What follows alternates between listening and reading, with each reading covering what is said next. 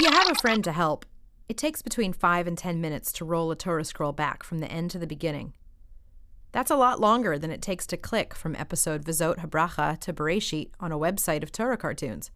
But it's pretty cool to watch the whole story rewind. So, we've been here before.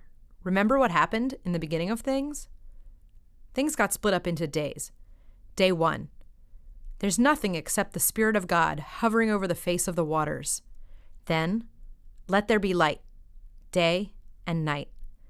God saw that it was good, or as the Torah says in Hebrew, ki tov. Day 2. The waters get divided into lower waters and upper waters, the heavens. Day 3. Dry land and water, earth and sea. God saw, ki tov, that it was good. Then we got plants, grass, fruit trees, and seeds. And it's written again, ki tov. 2 ki tovs in one day. Day 4, luminaries, meaning things that shine light. The sun, the moon, and the stars. God saw that this, ki tov, was good.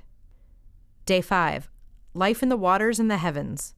Sea monsters, creeping animals, birds. God blessed them to be fruitful and multiply. God saw, ki tov, that it was good. Day 6, lions and tigers and bears, and all the other animals. God saw, ki tov, that it was good, and decided to make the human in God's own image. So God created humans, male and female, and then blessed them to be fruitful and multiply. And God saw everything, and check it out, it's written, hine tov ma'od. It was very good. Day 7. God had completed everything, and so God ceased working. God blessed the 7th day and hallowed it. P.S. Later on in the Torah, God tells us that this is why we have to remember and keep Shabbat holy. So, okay, can we scroll back for a minute to day 3, which in modern speak would be called Tuesday? Why does the Torah mention twice that God saw that things were ki tov, that they were good? Try out these reasons. On day 2, God didn't mention whether anything was good or not. Maybe this was a chance to make up for that. Or what about this? Dealing with water took 2 days, day 2 and day 3. So maybe God waited to declare whether things were good or not until day 3. Or maybe things are so very tov because day 3 was the first day that life appeared. Trees, grass, seeds. Maybe God just liked nature a lot. Or finally, maybe Tuesday is just a really awesome day. We finished reading the Torah this week on the holiday called Simchat Torah. Just yesterday, it seems we were reading about the death of Moses. And yet here we are, today, starting again, hearing the story of creation. The Torah's world is still pretty empty.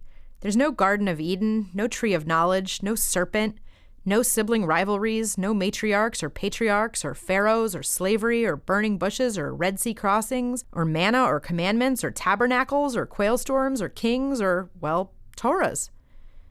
So when the Torah tells us pamayim ki tov, that something was good enough to mention it twice, we say, hallelujah.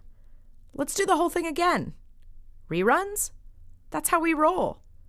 So enjoy a second trip, or a third, or a 30th through the Torah. There's always more to see and to say. And if you're watching this at Simchat Torah time, as Jews all over the world celebrate finishing up and starting to read the Torah again, Chag Sameach.